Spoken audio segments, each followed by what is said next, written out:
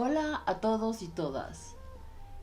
Bienvenidos a Dimensión Trascendente y sus cursos online, que esta vez lo haremos en la línea de acción de la psicología trascendente. Vamos a hacer algunos cursos. Este lo haremos en forma gratuita. Iniciamos con: entre el dolor y el sufrimiento hay una decisión consciente, que consideramos es un tema muy oportuno para el momento que estamos viviendo. Unidad 2. Pérdidas, dolor y sufrimiento. Pérdidas. La pérdida física de un ser querido, de la juventud, de un trabajo, la separación de la pareja, el casamiento de un hijo, de una hija, la jubilación, la pérdida de alguna capacidad física o motora, entre otras muchas, son pérdidas que se enfrentan a la vida, que pudieron ustedes ya identificar con el cuestionario que les enviamos por correo electrónico. Algunos podemos estar más preparados para tolerar o enfrentar ciertas pérdidas. Sin embargo, muchas veces hay situaciones que emocionalmente nos rebasan, nos superan, nos hacen sentir o pensar que no lo vamos a poder lograr. Las pérdidas generan dolor y sufrimiento. Todas requieren un proceso de sanación y elaboración para superarlas. Mira de frente a ese asunto difícil y pregúntale: ¿qué me quieres enseñar? No se nos enseña a enfrentar las pérdidas. Se va del dolor que producen a través de mecanismos como reemplazar lo que se ha perdido, sufrir en soledad, cumpliendo con esa frase que se dice: si ríes, todos reirán contigo, pero si lloras, lloras solo. Mantenerse ocupado, entre otras. Usamos diversas formas de escape temporal para ocultar el dolor o el sufrimiento emocional que producen las pérdidas, tales como comer en exceso, el alcohol, las drogas, la ira, la rabia contra uno mismo o con los demás, sin una razón clara, ejercicio excesivo, aislamiento, sexo, compras compulsivas, trabajo intenso, etc. Dolor. Todos en algún momento de la vida hemos padecido pérdidas que han producido dolor, que, como lo explicamos en la unidad anterior, es natural a la vida. Duele y muchas veces duele mucho. No podemos cambiar la realidad, sí podemos cambiar la percepción y respuesta frente a esa pérdida. El ser humano en las diferentes culturas y épocas se ha preocupado por comprender el dolor y afrontarlo. Algunas se han basado en la negación de la vida y una salida a través de la identificación con una trascendencia. Otras corrientes, como la andina, no niegan la vida, sino que plantean su sacralización, es decir, la integración del dolor como algo natural.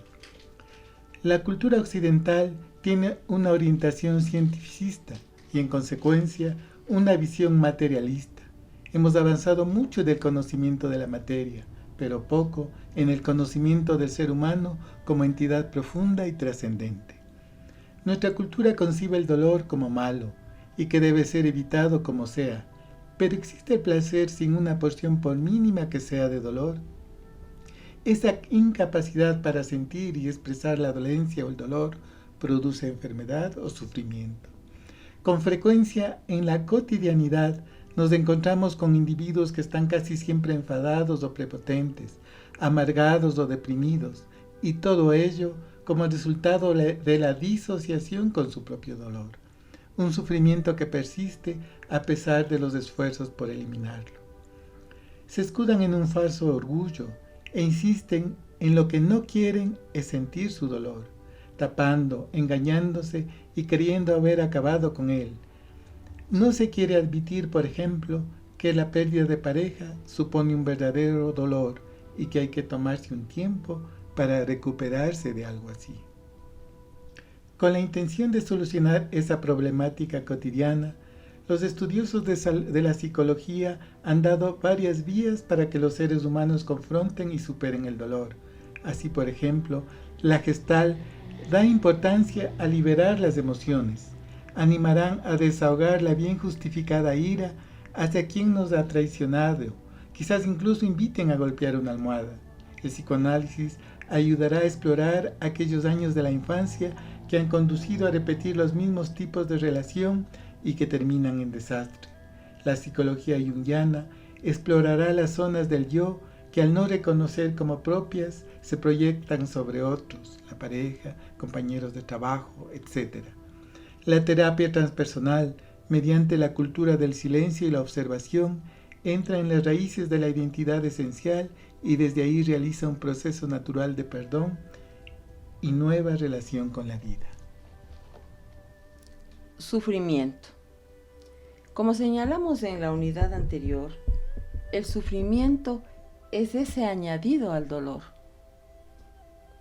formado por nuestra historia personal, valores culturales o familiares, creencias, etc. En el fondo es el síntoma de un proceso de pérdida que sucede como consecuencia de una condición humana amnésica del ser, que vive identificada con todas las capas de cebolla que se ha construido con toda la información codificada a lo largo de la vida en los diferentes lugares y circunstancias en las que se ha estado, como la familia, el grupo social, la religión, la cultura, el país de origen, etc. Ese transitar nos ha dicho qué es bueno y qué es malo, qué es bonito y qué es feo, qué es adecuado y qué inadecuado, qué es triunfo y qué es fracaso, entre otros, lo que da como resultado el alejamiento de sabernos ¿quién soy yo? Por lo tanto, es desde esa escala de valores, entre comillas, que lidiamos con las pérdidas. Por eso, superarlas se vuelve más largo. Nos quedamos atrapadas en el sufrimiento con aquello que nos hemos aprendido en ese caminar. Nos hemos separado del verdadero sentido de su vida, de la vida. No soy el nombre, la profesión, lo que hago, el papel familiar, etc. Cada progresiva desidentificación que se experimenta en el camino de vuelta al ser, a quién soy yo, equivale a una cierta forma de muerte, pero también una superación del sufrimiento. El sujeto se vacía progresivamente de todo aquello que no es él o ella. No hablamos de resignación, sino de aceptación y transformación. La compasión hacia uno mismo significa centrarse en nuestro yo y aceptar el propio dolor por la pérdida. Mientras que cierta forma de autocompasión nos arrastra a un pozo sin fondo en el que nos consumimos y desesperamos. Recrearse en el sufrimiento, engancharse a ese drama que nos justifica para no afrontar la vida y admitir los cambios, es lo que no nos permite superar esa pérdida. El temor y el sentimiento de inseguridad, que es también un modo de temor, se eliminan cuando aceptamos aquellas situaciones que nos provocan esos sentimientos. También cuando en lugar de juzgar una situación, una realidad, se consigue aceptarla, desaparece el sentido de culpa, otro elemento del sufrimiento. Cuando yo trato con alguien, espero algo de ese alguien. Es decir, ¿establezco una relación que depende del objeto o mi relación se apoya en el sujeto? En la medida en que yo vea lo otro como necesario para mí, yo estaré dependiendo del otro. Es decir, que dependo de que una persona me entienda, me acepte, que acepte un asunto mío, un deseo, un proyecto, que me salga bien. Es entonces cuando yo quedo supeditado al objeto y ya no vivo mi realidad, sino que vivo la realidad de lo otro, y condiciono mi realidad a que ocurra eso otro. ¿Nos damos cuenta de lo que esto significa? Esta es una posición errónea, es la base del sufrimiento. Es mucho más sano vivir lo que soy y desde ahí vivir abierta a todo lo demás, abierta para crecer en la conciencia de lo otro. Durante una gran parte de la vida, hacemos el camino de ida, que consiste en llenar, agarrar o identificarnos con lo que la sociedad impone, que es un estado de hipnosis que reduce nuestra conciencia. Y de pronto, una circunstancia, un hecho imprevisto, nos lleva al camino de vuelta. Comenzamos a sentir que crecer, ser yo misma, equivale a vaciar, a desprenderse, a soltar. Un regreso a casa que en última instancia libera, a veces con dolor, al yo profundo. Como un acercamiento a la siguiente unidad, dolencia y enfermedad, dejamos esta reflexión. El cáncer no es tan solo una dolencia, un mero fenómeno biológico y médico, sino que es también una verdadera enfermedad, un fenómeno preñado de significados culturales y sociales, familiares y personales. ¿Esto no nos resuena con lo que estamos viviendo con el coronavirus?